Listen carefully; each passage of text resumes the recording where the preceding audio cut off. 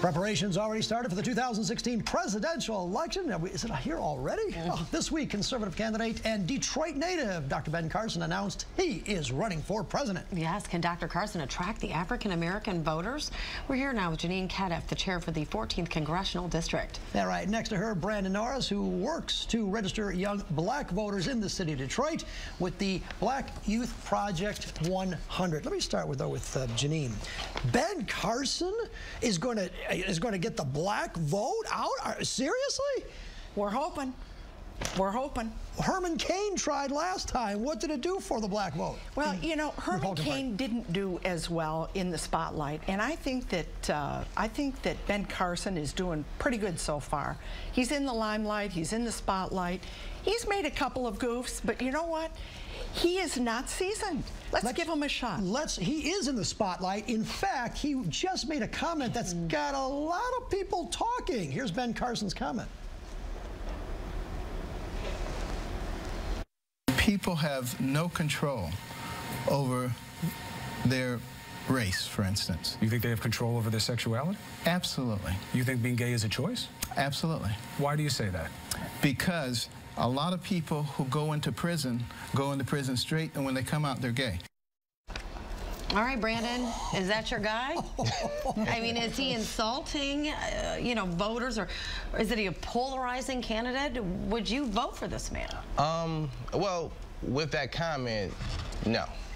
Because it wasn't considered in terms of how offensive it was, and I don't think he was correct in what he said. I don't think all homosexuals choose. I'm not a homosexual, but I don't think all homosexuals necessarily choose to be gay. So it came off very abrasive, and even though he might have been sharing his true feelings, it wasn't necessarily, that doesn't mean that it's necessarily true. What about Ben Carson as a candidate in general? I mean, are you offended by the fact that some people say, hey, because he's an African-American, that you're going to automatically look to him to vote for him? Oh, yeah, absolutely. I think that it's very offensive if you feel as though just because he's I vote on him specifically off of race.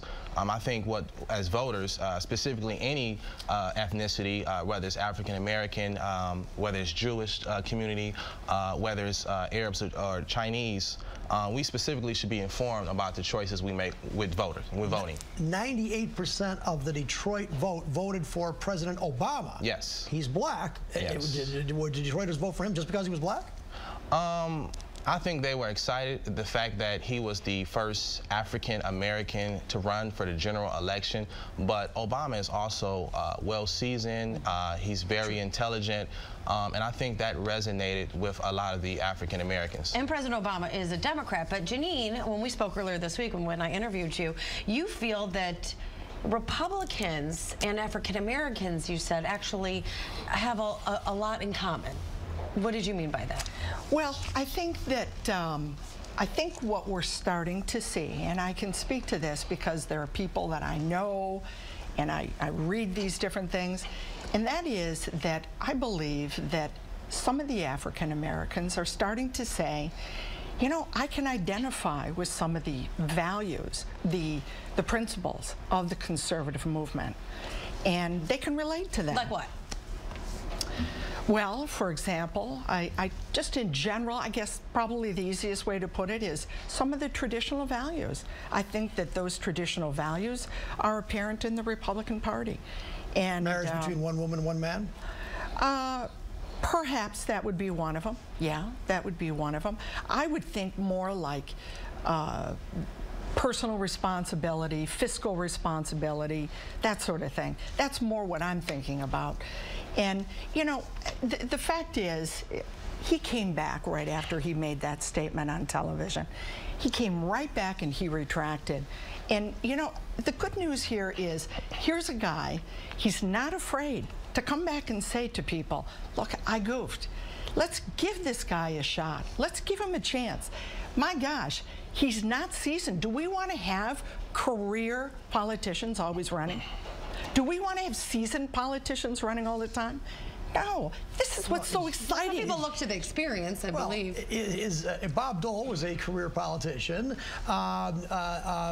Jeb Bush is a career politician. I mean, I would go down the line, all these people that have run, they're all career. How can you not be president and not be a career politician? Clinton. Well, you know what? Our founding fathers from way back, our founding fathers never intended people to get up and run for these seats to be seasoned people. They were intended to be people that came out of their homes. They were intended to be people that came from their farms and go work in Washington. And you know what? Do we want people that know how Washington works? Because the fact is, Washington isn't working right now.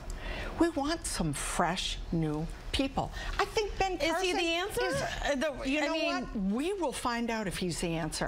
Was he in Iowa yesterday with all the other potential candidates? I don't know. No, he wasn't. Brandon, do you know? No, I think we probably would have heard. No, we would have heard it. He's not. I say let's give this guy a chance. You know what? He's homegrown. He's raised right here in Detroit. Yeah, and he's got an incredible story. Go ahead. Let's give him a shot. I do appreciate him being authentic and being honest, but one of the problems is that when you are not seasoned, you're not necessarily diplomatic in what you're saying. Right. What happens is, a lot of times people vote on it whether they like you or not. It's not necessarily always just about his policies or the things, his political views, but if they don't like you as a person, then that actually bears weight as well. I think more importantly, though, is that, let's just take the city of Detroit right now. I may be wrong, but 31% of the vote turnout, all vote. That's pretty bad. Yes. In an election. How can you, black or white, get those people to vote? Well, I think one of the primary things is, and a lot of businesses do this, is that we have to particularly engage them one-on-one. And one of the things that we did with BYP 100 is that we went to the communities and we actually knocked on doors and we spoke with people. And we actually asked, you know, you should go out and vote, and why are you not voting? And some people just felt as though that their vote didn't count. So one of the things is that we got to engage and talk one-on-one with some of the people of why they didn't vote and why they should vote. So it's got nothing to do with you know what? One of the things that we're going to do in the 14th Congressional District, we're going to have some events and activities. We're going to have all kinds of fun. And Brandon and I were talking before the show. He's going to help me get people recruited to bring them to these various people. Maybe we can get Ben Carson to come in for a dinner at the St. Regis Hotel. I bet you could. Backing, Ben Carson, though, that maybe that would really kind of deter people from going with the Republican Party, though? I mean, he has very extreme views. Are you worried that might split some of the voters? I am hoping, like I said before, this man is from Detroit.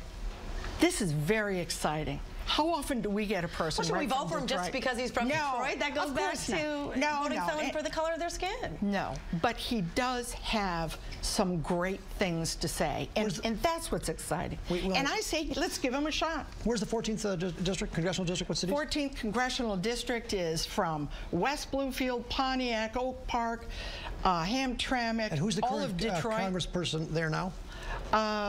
Who is our current congressman in that? Gary Peters? Yes. No, Gary Peters was. Oh, so it's the new gal. Right. I can't think of her name. All right, we'll get I know it's live television, but yes, obviously this is just the beginning of this discussion. The campaign is just really begun. So, all right, thank you both for being here with us this morning. Thank you. This edition for Let It